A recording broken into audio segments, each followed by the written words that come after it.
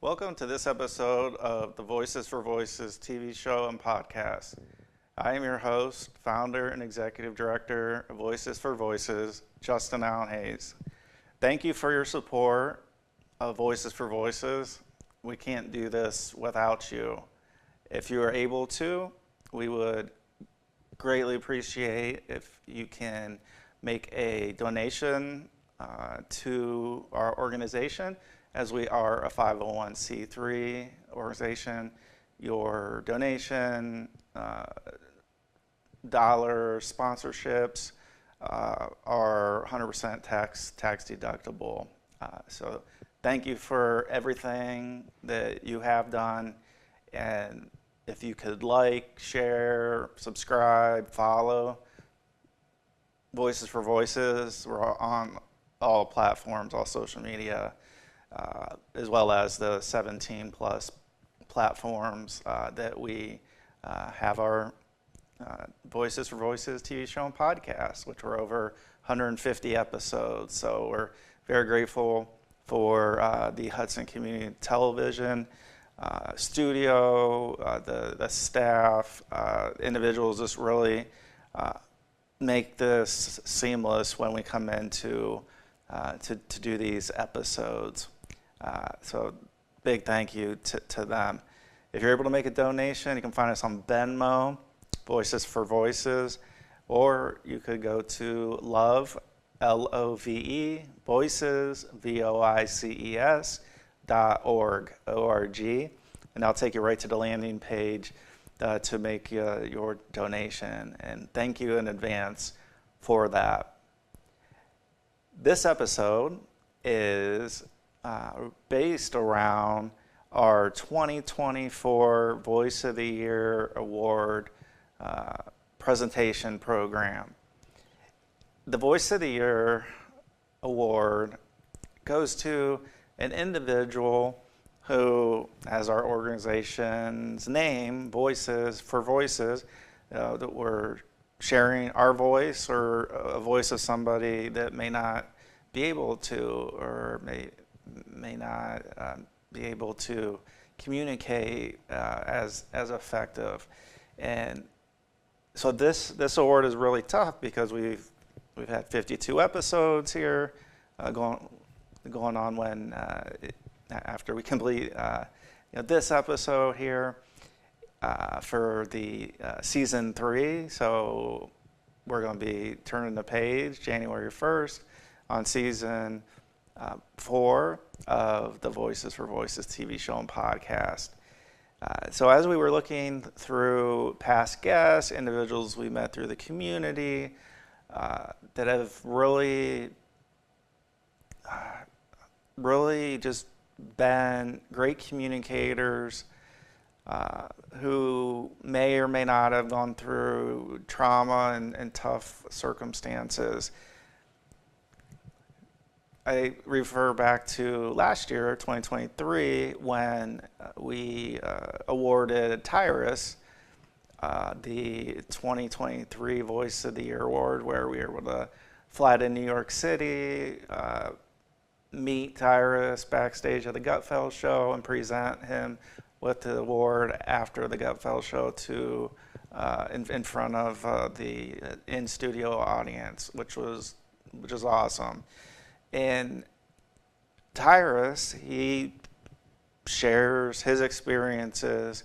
He doesn't try to push any of his thoughts. He may share his thoughts. You may agree with them. You may not. But he's one of those individuals that we were able to interview last year and has a huge platform. And when he speaks, a lot of people are listening. He's landed some pretty big interviews as of late. But an individual that is just being themselves, even though they have what can be considered a considerable amount of success, a following, how many millions of viewers of the Gutfeld show when he's on there. He's one of the kind of founding members with Greg and Kat Tim. And so we chose Tyrus as the recipient last year.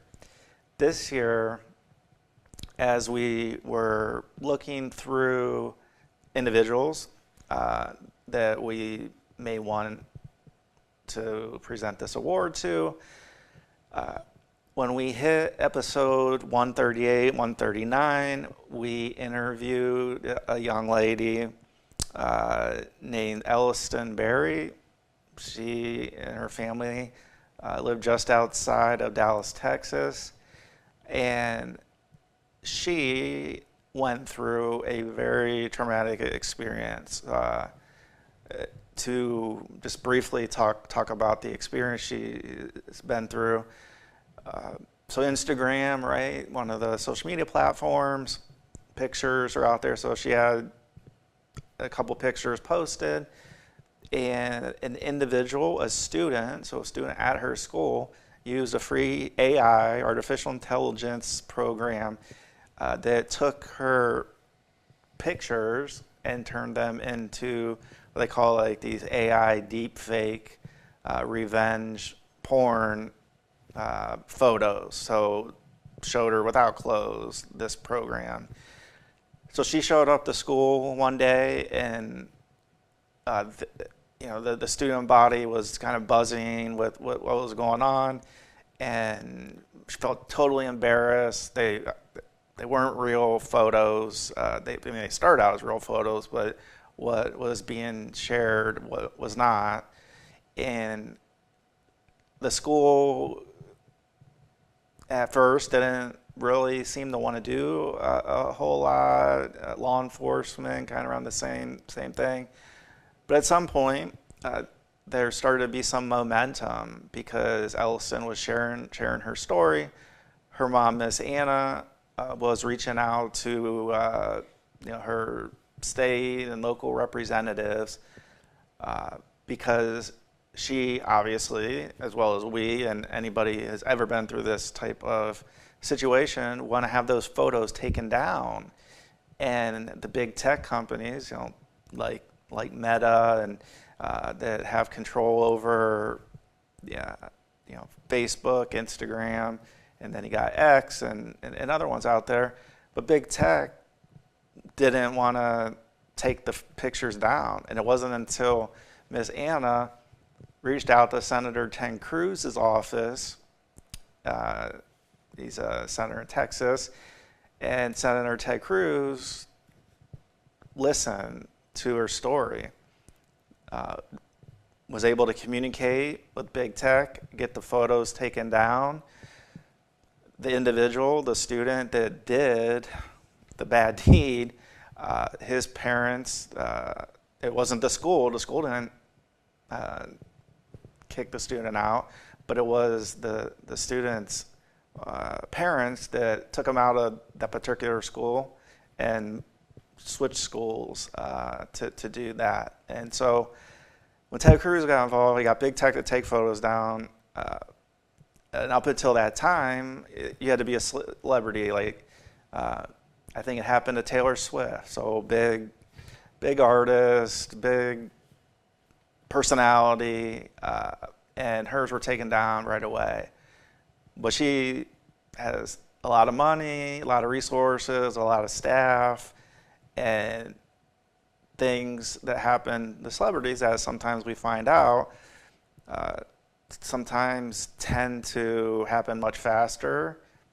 If it is something like this, where, oh, my photos are out there, Taylor Swift's representatives, please take them down. Oh, yeah, we'll take them down.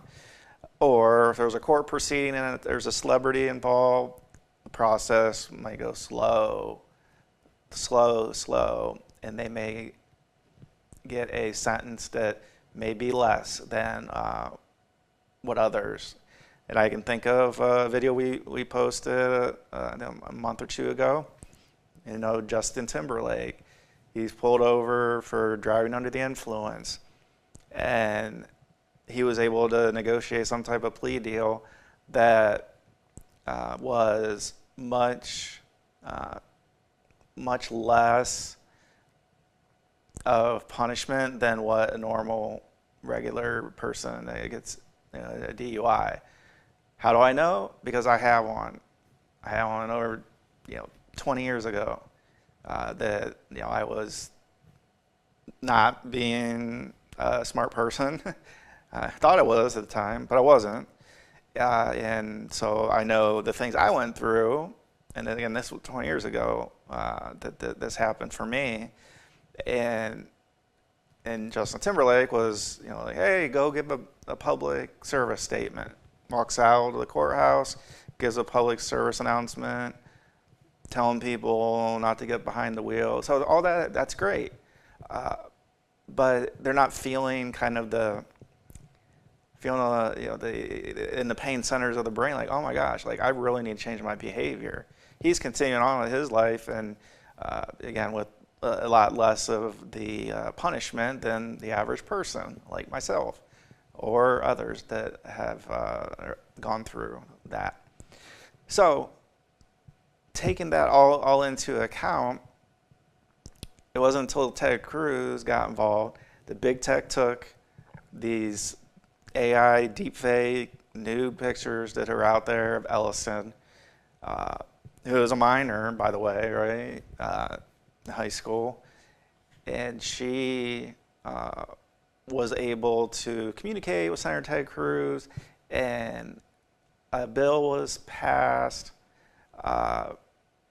locally or statewide, but the way big tech is, to get big tech to comply, they being politicians and representatives, they have to do something federally to be able to make it so, number one, if it happens, the photos get taken down within 24 hours. And number two, that the person or persons that is the one making these deepfake AI revenge nudes photos, that they are prosecuted to the fullest extent of the law, that they're not just given a break. And so those are the two things that were and have come about. The name of what the act is, so there's the act, and then you have the bill, and then you have the law as far as the legislative process. So the act is called the Take It Down Act, and what I just referenced, big tech needs to take the photos down within 24 hours. They have the technology to do that. They, again, for Taylor Swift, and she probably, whether her staff asked or maybe they didn't, I don't know. All I know is hers got taken down quick, and it was like as if nothing ever happened. But not all of us are billionaires or hundreds of millionaires. We don't have access to a lot of those things. And Elliston, like myself and my family, we don't have wealth like a Taylor Swift. So it was important when Ted Cruz took this terrible incident that happened. It started to move some things forward, which we would think, right, it's bipartisan. So if you're a Democrat or if you're a Republican, if you have a daughter and this were to happen to your daughter, it shouldn't matter what side of the aisle you're on. It should be just a human response. It's like, I don't want my daughter's photos out there that are like this, that somebody took advantage of. And so that's just one way that AI is not being helpful. So there's a lot of things that might be cutting down time on certain projects and certain things. But this was one free AI program that a high school student was able to manipulate photos and got away with it for a day or until these were noticed, because this individual was sharing them after they were out there. Like, hey, did you see these? So we get back to the 2024 Voice of the Year award, and I can't, as our organization, we can't think of anybody that was more deserving of the Voice of the Year award than Elliston Berry, who lives with her parents and family a little bit outside of Dallas, Texas, because she could have shut down emotionally and not wanted to come forward publicly.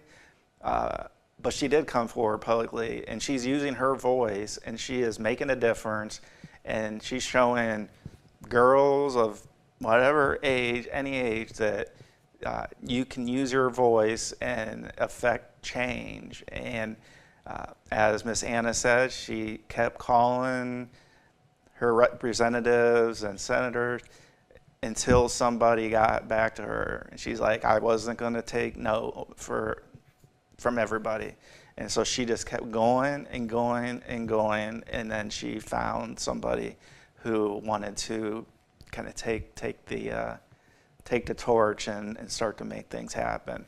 So the Take It Down Act is currently being looked at inside our U.S. Congress to make that into a bill, and then to make that into a law that will make it illegal, for this to happen, make big tech held accountable, as well as the individual or individuals that this happens to.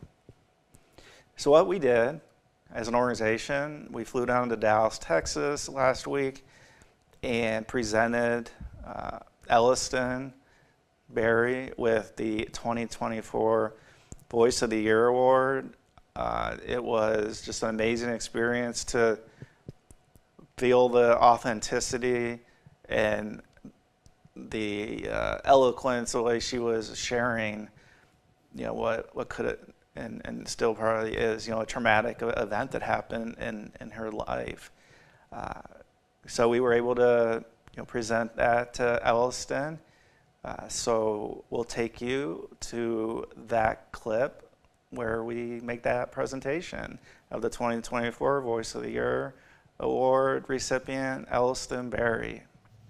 Hi everyone, we are coming to you live from Dallas, Texas to present our 2024 Voice of the Year Award. And this year it is going to Miss Elliston Barry. You may have seen her and her mom, Miss Anna, on episodes 138 and 139. The Voice of the Year Award, with this being our second year, we want to present the award to individuals that are making an impact, not just in a small in just their community. And so with this year's award, and if you had taken a look, and I recommend everybody take a look at episode 138, 139. Those episodes are everywhere, all audio platforms, all streaming platforms, to see what Ms. Elliston went through experience-wise. And so her story, her experiences, and still going through them, coming out on the other side and trying to help others, being an advocate, somebody who is not just being a leader in the community, but also across the nation, the United States, and I wouldn't doubt that across the world, that some junctures, some areas that they have heard about her story, and we wanted to do something a little special. So instead of holding this episode solely in our Hudson studio and sending the award, we thought we would, if everything lined up, and luckily everything did from a logistics standpoint, that we thought it would be good to present this in person. So we will get to the fun part. So Elliston, thank you for being such a brave inspiration to so many people. I don't know, because I didn't go through this situation experiences, but I know that those tough times or when we kind of learned a lot about our character, and you didn't stand down, you stood up, and your mom just kept calling and calling until the story made an impact to want to make things better for individuals that not have to worry. There's enough things to worry about in high school and growing up that have extra things additionally. And then you throw big tech in there, and then you throw politics and schools, and there's just a whole host of things. So we are presenting you today. Sorry for the thumbprints and that, we can get those wiped off. But we want to present you with our 2024 Voice of the Year Award and say congratulations and thank you for, and thank you to your mom, Miss Anna, for responding and getting the interview set up and to make this even possible. Thank you so much. This award means so much, and thank you, Justin, for everything you have done and giving people like me an opportunity and a platform to just share my story. And this award means so much to me because it is just a symbol that my voice deserves to be heard, and anybody that is struggling is able to make an impact. Thank you so much. Absolutely. Thank you, and we wish you the best of luck in the advocate side of things. The individuals watching, listening, checking out the transcript will want to keep checking out the news about the Take It Down Act that came through your story, Senator Ted Cruz in the state of Texas. Can you just maybe touch on what that is for those that might not know it? Well, the Take It Down Act is a bipartisan bill that addresses AI crimes, and it basically just says that anyone that partakes in making AI deepfakes, that they will have punishment, and big tech companies have the ability to take it down all of the images within a 48-hour time period. And I think that's excellent that individuals across the board should have these rights to have their images, deepfakes taken down. That we understand individuals with a lot of money, like Taylor Swift and the like. Those tend to happen quickly, and they probably have a team that's focused on that. But regular individuals like us, we don't, and so to have an advocate at the state level, and then we're hoping that on the federal level very soon that will be an actual law across federally to make that happen. And yes.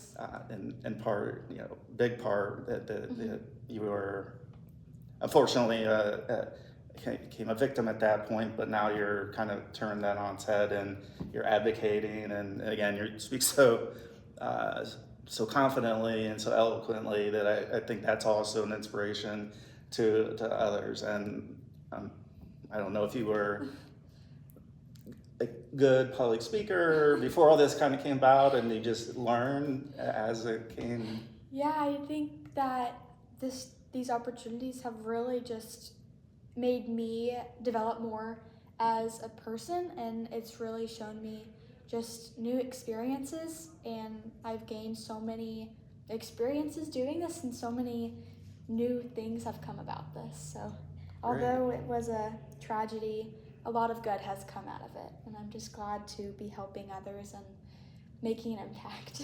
Absolutely, and we can't think of a better person to be the recipient of our Voice of the Year Award.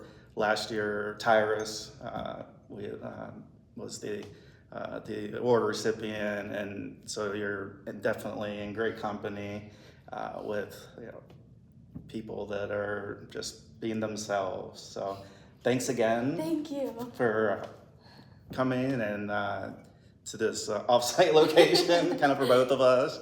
But we just are, again, just grateful to have people like you to stand up for what the facts are and what the rights of every individual should be. Thank you. Thank you welcome. so much. And we'll send it back to the studio for our conclusion.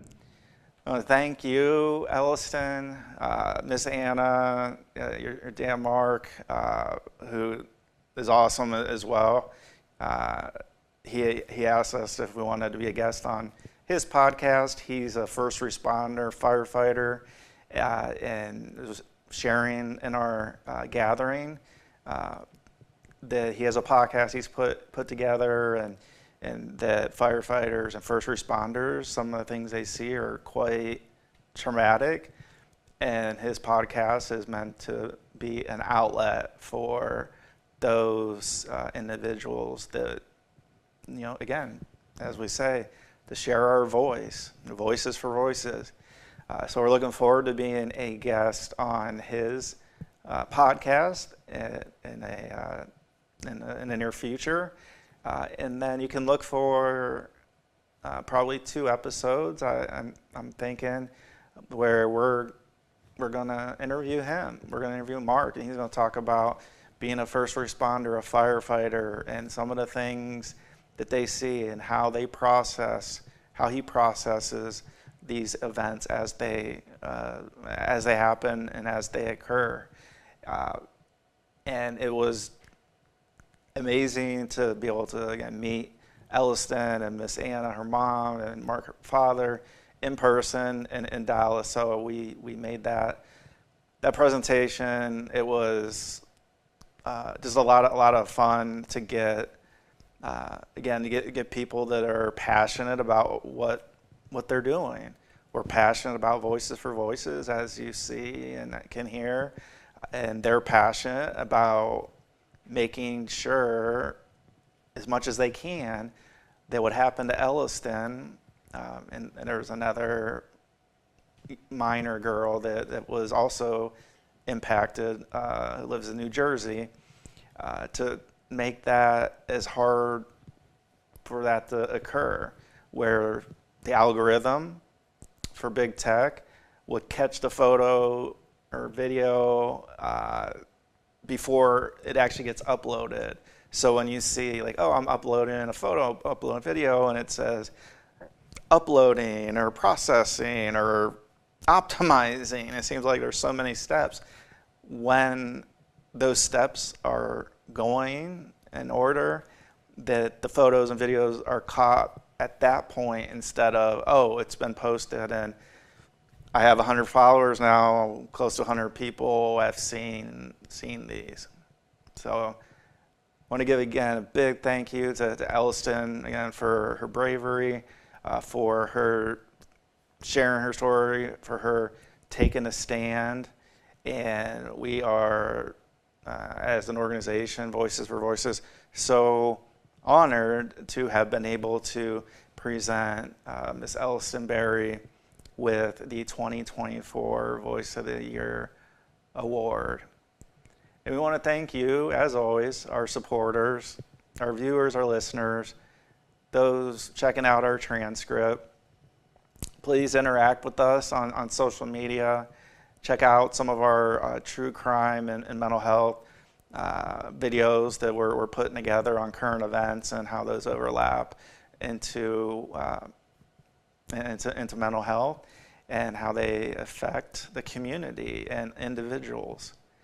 So until next time, you'll be seeing us in 2025 for season 4 of the Voices for Voices TV show and podcast. Until then, I am your host, founder and executive director of Voices for Voices, Justin Allen Hayes. Please be a voice for you or somebody in need.